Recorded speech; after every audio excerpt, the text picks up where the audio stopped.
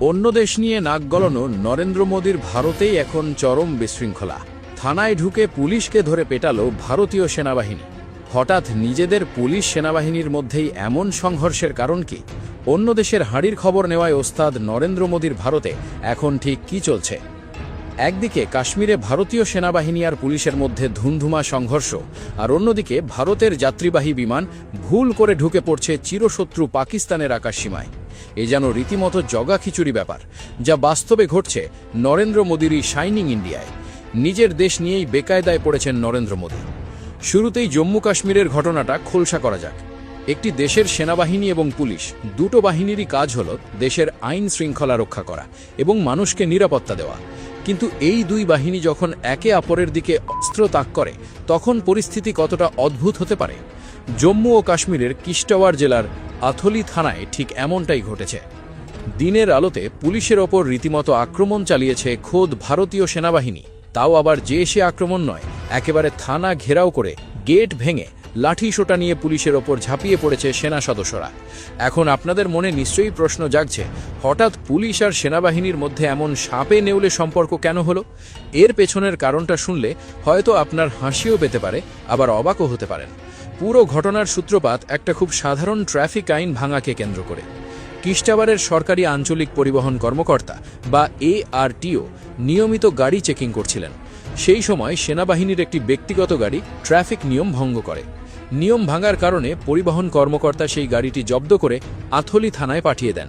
ব্যাস, এতেই সেনাবাহিনীর ইগোতে বা আত্মসম্মানে চরম আঘাত লাগে। যে সেনাবাহিনী নিজেদেরকে আইনের ঊর্ধ্বে ভাবতে অভ্যস্ত, তাদের গাড়ি কিনা আটক করবে সাধারণ পুলিশ। এই ক্ষোভ থেকেই শুরু হয় আসল তাণ্ডব। গাড়ি জব্দের খবর পেয়েই সেনাবাহিনীর 17 রাষ্ট্রীয় রাইফেলসের একদল সদস্য রীতিমতো রণমূর্তি ধারণ করে। তারা লাঠি সোটা এবং ভারী আগ্নেয়াস্ত্র নিয়ে সোজা চলে যায় আথলি থানায়। পুলিশ পরিস্থিতি বেগতিক দেখে দ্রুত থানার মূল ফটক বন্ধ করে দেয়। কিন্তু তাতে কি আর ক্ষুব্ধ সেনা সদস্যদের আটক করা সম্ভব? তারা থানার সীমানা প্রাচীর টপকে এবং মূল গেট ভেঙে জোর করে ভেতরে ঢুকে পড়ে। এরপর শুরু হয় আসল ঝড়।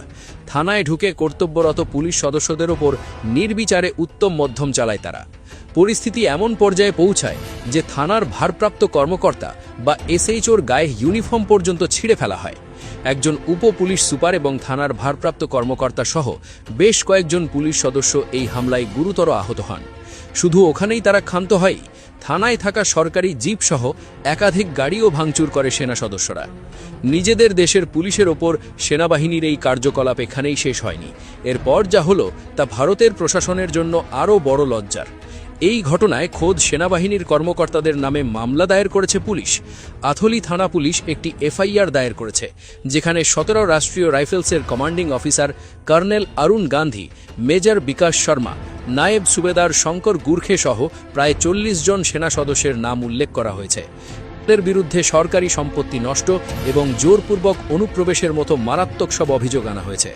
এই ঘটনার পর পুরো জম্মু কাশ্মীরে, বিশেষ করে কিশ্তওয়াড় এলাকায় এক থমথমে পরিস্থিতি বিরাজ করছে। যে কোনো সময় দুই বাহিনীর মধ্যে আবারও বড় ধরনের সংঘাত বেঁধে যেতে পারে। এই আশঙ্কায় এলাকায় অতিরিক্ত পুলিশ ফোর্স এবং উচ্চপদস্থ কর্মকর্তাদের মোতায়েন করা হয়েছে। ভারতীয় সেনাবাহিনীর প্রতিরক্ষাপ্তা অবশ্য মুখ রক্ষার্থে জানিয়েছেন যে তারা এই ঘটনার আইনি তদন্তে পুলিশকে সব ধরনের সহযোগিতা করবেন এবং দোষ প্রমাণিত হলে কোর্ট মার্শাল অনুযায়ী কঠোর ব্যবস্থা নেওয়া হবে।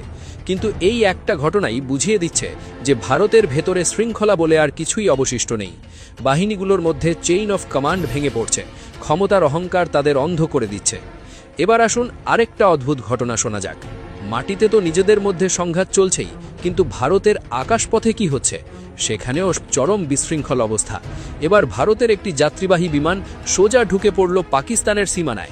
ভারত আর পাকিস্তানের সম্পর্ক কেমন তা নিশ্চয়ই নতুন করে কাউকে বুঝিয়ে বলার দরকার নেই। দুই দেশের মধ্যে সব সময় এক প্রকার যুদ্ধাবস্থা বিরাজ করে।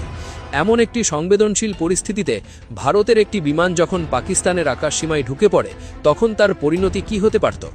ঘটনাটি ঘটেছে গত 24 জুন। ভারতের রাজধানী নয়াদিল্লি থেকে এয়ার ইন্ডিয়া ফ্লাইট AI-479 পঞ্জাবের অমৃতসরের উদ্দেশ্যে রওনা দিয়েছিল।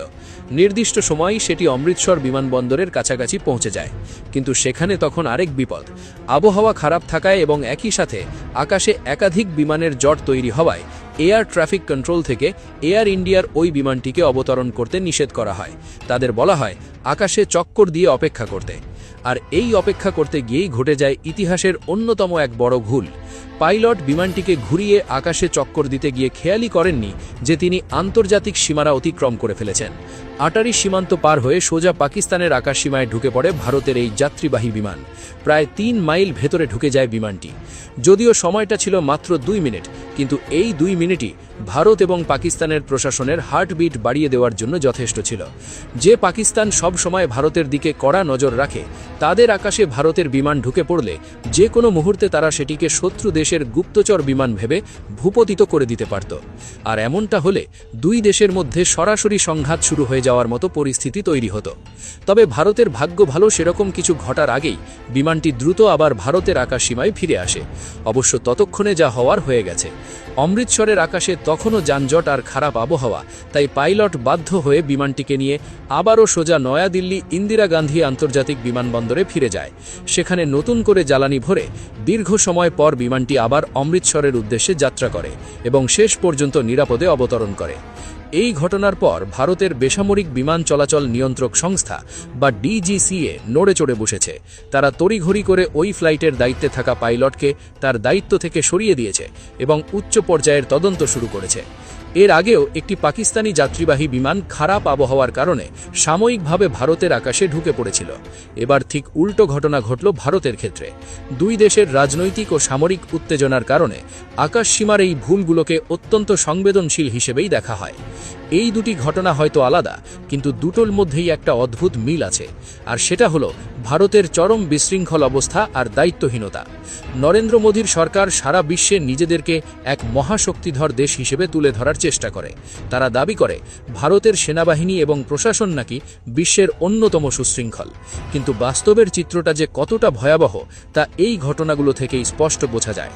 যে দেশে নিজেদের সেনাবাহিনীর হাতে নিজেদের পুলিশ উত্তম মধ্যম খায়, যে দেশে সাধারণ একটা ট্রাফিক আইন মানতে গিয়ে বাহিনীর মধ্যে ইগোর লড়াই শুরু হয় এবং তা থানা ভাঙচুর পর্যন্ত গড়ায়, সে দেশের অভ্যন্তরীণ নিরাপত্তা আসলে কতটা মজবুত। মোদী সরকার হয়তো আন্তর্জাতিক রাজনীতিতে বড় বড় কথা বলে পার পেয়ে যায়, কিন্তু দেশের ভেতরের এই পচন তারা কিভাবে ঢাকবে? কাশ্মীর এমনিতেই ভারতের জন্য একটি অত্যন্ত সংবেদনশীল জায়গা। সেখানে তো আরও সাধারণ মানুষের পাশাপাশি পুলিশ এবং সেনাবাহিনীর মধ্যে সমন্বয় থাকার কথা, কিন্তু ঘটছে সম্পূর্ণ বিপরীত ঘটনা। বর্তমান ভারতের এই টালমাটাল অবস্থা দেখে একটা কথাই বারবার মনে হয়, অন্যের ঘরে ঢিল ছোড়ার আগে নিজেদের ঘরের কাজগুলো ঠিক আছে কিনা সেটা মোদী সরকারের একবার ভালোভাবে চেক করে নেওয়া উচিত। না হলে এমন বিশৃঙ্খল ঘটনা আগামী দিনে আরও দেখতে হবে বিশ্ববাসীকে। এই বিষয়টি নিয়ে আপনাদের কি মনে হয়? আপনার মূল্যবান মতামত জানিয়ে দিন আমাদের কমেন্ট সেকশনে।